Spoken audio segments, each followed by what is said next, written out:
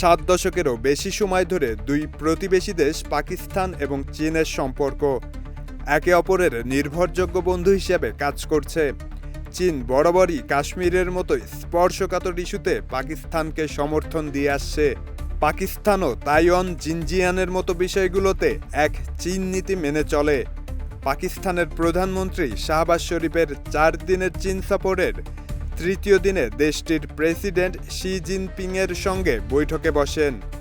Xi Jinping দুই দেশের মধ্যকার অটুট সম্পর্কের প্রশংসা করে পাকিস্তানকে বেইজিংয়ের বিশ্বস্ত বন্ধু এবং সব পরিস্থিতির কৌশলগত অংশীদার হিসেবে আখ্যা দেন।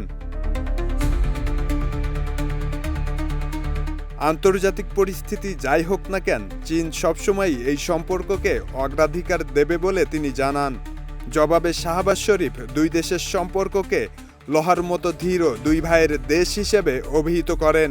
তবে এই গভীর সম্পর্কের মাঝেও কিছু অস্বস্তি ও জটিলতা রয়েছে।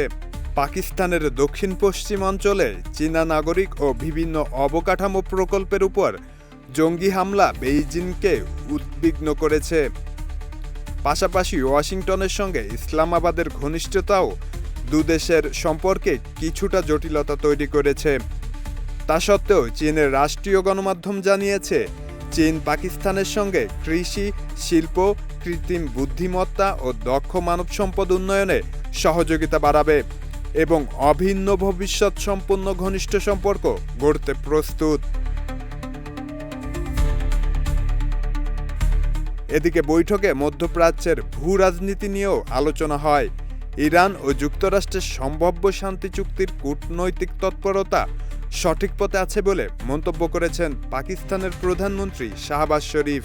একই সঙ্গে বিশ্বজুড়ে শান্তি বজায় রাখতে চীনের বৈশ্বিক ভূমিকার প্রশংসা ও কৃতজ্ঞতা জানান পাকিস্তানের প্রধানমন্ত্রী। শব্দনীল, দেশ রূপান্তর।